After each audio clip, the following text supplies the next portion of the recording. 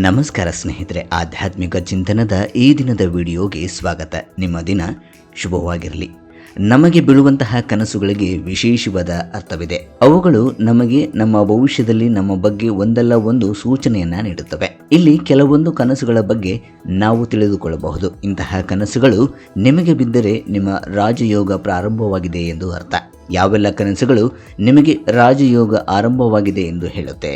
ನಿಮಗೆ ಇಂತಹ ಕನಸುಗಳು ಬಿದ್ದಿರಬಹುದು. ಸ್ವಪ್ನಶಾಸ್ತ್ರದ ಪ್ರಕಾರ ಮುಂಜಾನೆ 3 ರಿಂದ 5 ನಡುವಿನ ಸಮಯದಲ್ಲಿ ಕಂಡುಬರುವ ಕನಸು ಆಗಾಗ್ಗೆ ನನಸಾಗುತ್ತವೆ. ಏಕೆಂದರೆ ಈ ಸಮಯದಲ್ಲಿ ದೈವಿಕ ಶಕ್ತಿಗಳು ದೊಡ್ಡ ಪರಿಣಾಮವನ್ನು ಬೀರುತ್ತವೆ. ಅವು ಒಬ್ಬ ವ್ಯಕ್ತಿಯನ್ನ ಅಪಾರ ಸಂಪತ್ತಿನ ಮಾಲೀಕರನ್ನಾಗಿ ಮಾಡುತ್ತದೆ. ಹಾಗಾದರೆ ಯಾವ ಕನಸುಗಳು ಎನ್ನುವಂತಹ ಪ್ರಶ್ನೆ ನಿಮಗೆ ಬಂದಿರಬಹುದು. ಈ ವಿಡಿಯೋದಲ್ಲಿ ನಿಮ್ಮ ಪ್ರಶ್ನೆಗೆ ಉತ್ತರ ಸಿಗಲಿದೆ. ಅದಕ್ಕೂ ಮುನ್ನ ನಮ್ಮ ಚಾನಲ್ ಪ್ರಥಮ ನೋಡುಗರಾಗಿದ್ದರೆ ಸಬ್ಸ್ಕ್ರೈಬ್ ಮಾಡಿಕೊಳ್ಳಿ, ಲೈಕ್, ಶೇರ್ ಮಾಡಿ. ಬನ್ನಿ ಹಾಗಾದರೆ ವಿಡಿಯೋವನ್ನು ಪ್ರಾರಂಭಿಸೋಣ. ಸ್ವಪ್ನಶಾಸ್ತ್ರದ ಪ್ರಕಾರ ನಾವು ನಿದ್ರಾವಸ್ಥೆಯಲ್ಲಿ ಕಾಣುವ ಪ್ರತಿಯೊಂದು ಕನಸುಗಳಿಗೂ ಅದರದ್ದೇ ಆದ ಮಹತ್ವವಿದೆ.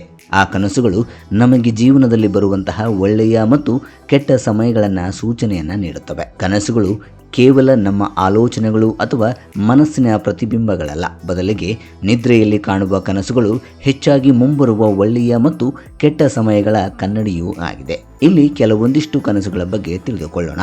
ಈ ಕನಸುಗಳು ನಮ್ಮ ಮುಂದಿನ ಜೀವನದಲ್ಲಿ ರಾಜಯೋಗದ ಕುರಿತು ಹೇಳುತ್ತವೆ.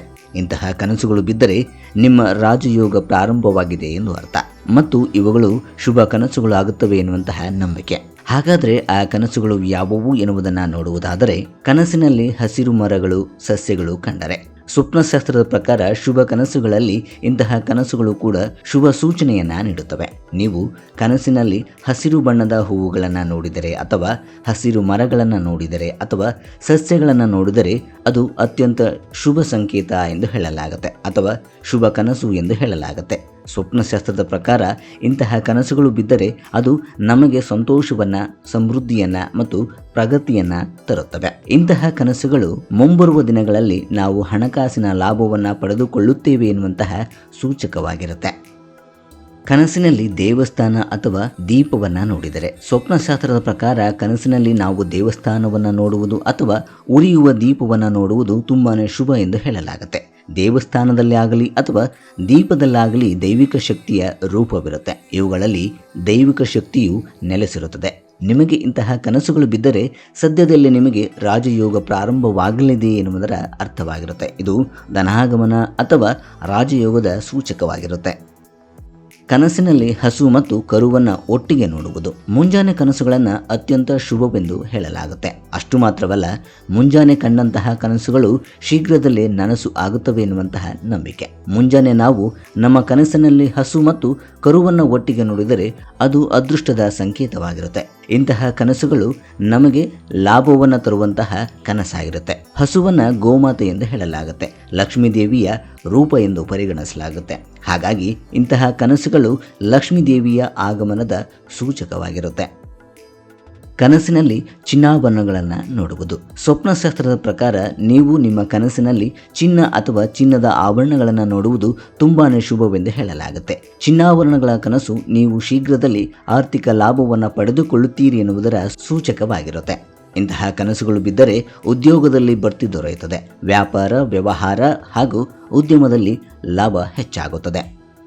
ಕನಸಿನಲ್ಲಿ ನೀರು, ಜಲಪಾತವನ್ನು ನೋಡುವುದು. ಸ್ವಪ್ನಶಾಸ್ತ್ರದ ಪ್ರಕಾರ ನಾವು ನಮ್ಮ ಕನಸಿನಲ್ಲಿ ನೀರನ್ನು ನೋಡುವುದು ಅಥವಾ ಜಲಪಾತವನ್ನು ನೋಡುವುದು ತುಂಬಾನೇ ಶುಭವೆಂದು ಹೇಳಲಾಗುತ್ತೆ. ನೀರು ಅಥವಾ ಜಲಪಾತದ ಕನಸು ಬಿದ್ದರೆ ಮುಂದಿನ ದಿನಗಳಲ್ಲಿ ನಿಮ್ಮ ಹಣಕಾಸಿನ ಪರಿಸ್ಥಿತಿ ಸುಧಾರಣೆಯಾಗಲಿದೆ ಎನ್ನುವುದರ ಸೂಚಕವಾಗಿರುತ್ತೆ. ನೀವು ಹಣದ ಲಾಭವನ್ನು ಪಡೆದುಕೊಳ್ಳುತ್ತೀರಿ ಎನ್ನುವುದರ ಸೂಚಕವಾಗಿರುತ್ತೆ. ಇನ್ನು ಸಣ್ಣ ಮಗು ಕನಸಿನಲ್ಲಿ ಮೋಜು ಮಾಡುವುದನ್ನು ನೋಡುವುದು ಹಣವನ್ನು ಪಡೆಯುವ ಸಂಕೇತವಾಗಿರುತ್ತೆ. ಇನ್ನು ನೀವು ಅಥವಾ ಇತರರು ಕನಸಿನಲ್ಲಿ ಸ್ನಾನ ಮಾಡುವುದನ್ನು ನೋಡುವುದು ಶುಭ ಎಂದು ಹೇಳಲಾಗುತ್ತೆ. ಬೆಳಗಿನ ಜಾವ ಇಂತಹ ಕನಸು ಬಿದ್ದರೆ ಅದು ಪ್ರಯಾಣದಿಂದ ನಿಮಗೆ ಹಣವನ್ನು ಸಂಪಾದಿಸುವ ಸೂಚಕವಾಗಿರುತ್ತೆ. ಸ್ನೇಹಿತರೆ, ಇದಾಗಿತ್ತು ಈ ದಿನದ ವಿಡಿಯೋ. ಮುಂದಿನ ವಿಡಿಯೋದಲ್ಲಿ ಮತ್ತೊಂದರ ಮಾಹಿತಿಯನ್ನು ಹೊತ್ತು ಬರುವೆ. ಧನ್ಯವಾದಗಳು.